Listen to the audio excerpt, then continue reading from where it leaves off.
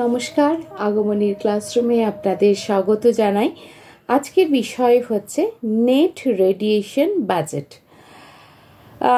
যেরকম সহজ সরল কথায় আমরা পরিবারের মধ্যে যখন সংসার চালাই তখন আমরা কি করি, একটা নির্দিষ্ট বাজেট মেনটেন করি, অ্যাটলিস্ট করার চেষ্টা করি। জানি আমি বহু সময় অতিক্রম হয়ে যায়, কিন্তু তবু একটা নির্দিষ্ট বাজেট কিন্তু আমরা মেনটেন করার চেষ্টা করি। তো ঠিক একই রকম প্রকৃতিও কিন্তু বাজেট মেনটেন করে চলে।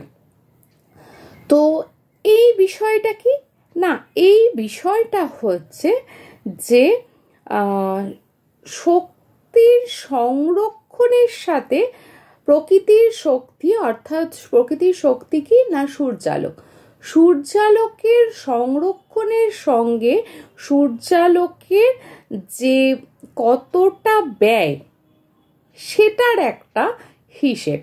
আরেকটু স্পেসিফিক্যালি বললে কি বোঝায়, ওই যে কালকে আলোচনা করেছিলাম, তো যারা নতুন দেখছেন তারা একটু প্লিজ সাবস্ক্রাইব করে নেবেন, তাহলে বুঝতে সুবিধা হবে।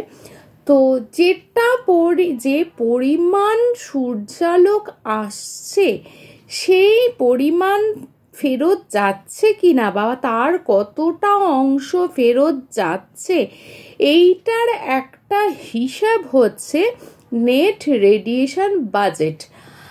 আমি প্রকৃতির কথাটা একটু সরিয়ে রাখছি, বোঝার সুবিধার্থে আমি বলছি। ধরুন আপনার সংসারের আয় 1000 টাকা, ঠিক আছে? তো আপনি বিভিন্ন ক্ষেত্রে সারা মাস ধরে ধরুন 900 টাকা আপনি খরচ করলেন বা 800 টাকা আপনি খরচ করলেন, ঠিক আছে? তাহলে এবার আপনার কাছে এক্সেস হলো কত টাকা? 800 টাকা যদি খরচ করেন, আপনার কাছে এক্সেস হলো 200 টাকা, মানে সংসারের খরচ বাদ দিয়ে আপনার কাছে রইল 200 টাকা।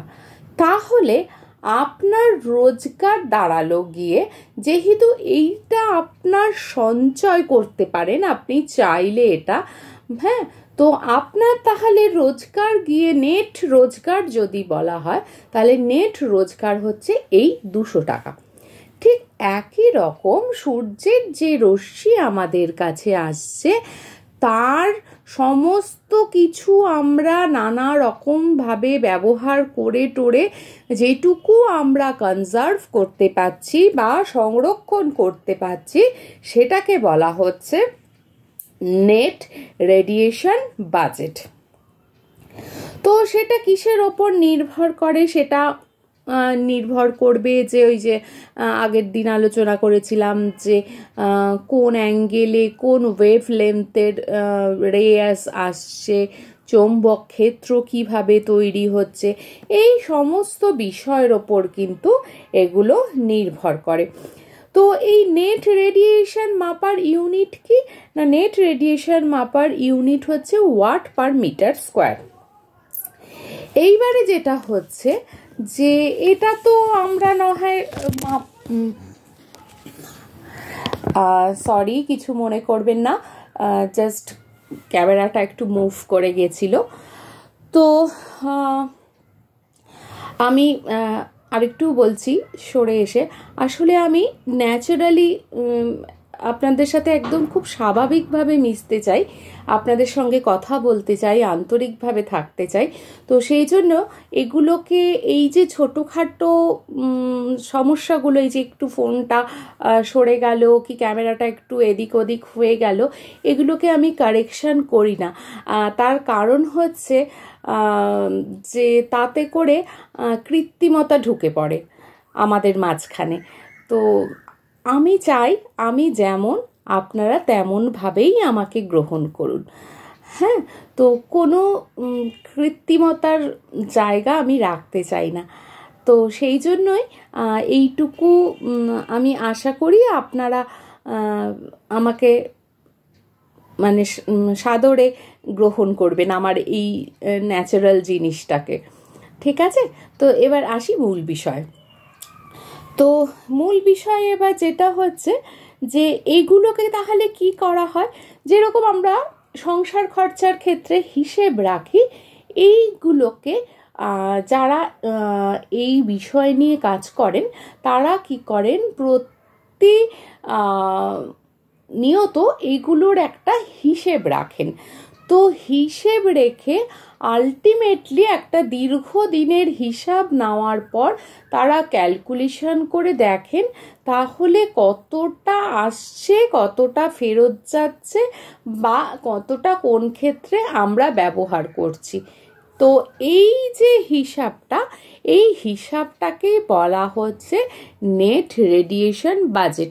অর্থাৎ ওই যে আগে বললাম যে 1000 টাকা রোজগারের 800 টাকা সংসারের কোন কোন খাতে ব্যয় করার পর 200 টাকা আপনার হাতে থাকলো, সেটা যেরকম আপনার নেট রোজগার, তো ঠিক সেই রকমই আমরাও সূর্য থেকে যে রেসটা পাচ্ছি সেটাকে বিভিন্ন খাতে বিভিন্ন বিষয়ে ব্যবহার করার পর কতটুকু আমরা সঞ্চয় করে রাখতে পারছি বা ধরে রাখতে পারছি, সেটা হলো আমাদের নেট রেডিয়েশন বাজেট। তবে এর মধ্যে কিন্তু ওইটা কাউন্ট করলে হবে না যেটা আমাদের পলিউশনের জন্য যেসব রেসগুলো ফেরত যেতে পারে না, থেকে যায়, এবং আমাদের পৃথিবীকে আস্তে আস্তে গরম করে তুলছে, গরম মানে সাংঘাতিক অবস্থায় আমরা চলে যাচ্ছি, তো সেগুলো কিন্তু এর মধ্যে কাউন্টেড হবে না। আমি নর্মাল যে বিষয়টা সেটা হিসেবে বলছি। আমরা আমাদের ভুল কাজের ফলে যেটা হচ্ছে সেটা কিন্তু এর মধ্যে ইনক্লুডেড নয়, ঠিক আছে? বরং আমাদের নেট রেডিয়েশন বাজেটটার মাধ্যমেই আমরা বুঝতে পারি যে আমরা কতটা ভুল কাজ করছি এবং তার ফলে সূর্যের রেস কতটা ফেরত যেতে পারছে না। তো আজকের বিষয়টা যদি আমি ভালোভাবে আপনাদের বুঝিয়ে দিতে পারি বা আপনাদের সঙ্গে সুন্দর করে আলোচনা করে থাকতে পেরেছি কিনা জানি না, তো সেটা আপনারা লাইক কমেন্টের মধ্যে জানাবেন।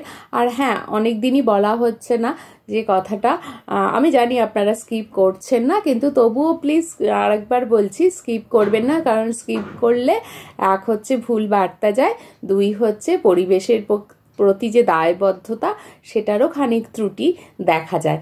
তো প্লিজ পুরোটা দেখবেন, আর আপনাদের লাইক আর কমেন্টের জন্য আমি ওয়েট করে থাকবো। নমস্কার, ভালো থাকবেন, সুস্থ থাকবেন, সচেতন থাকবেন।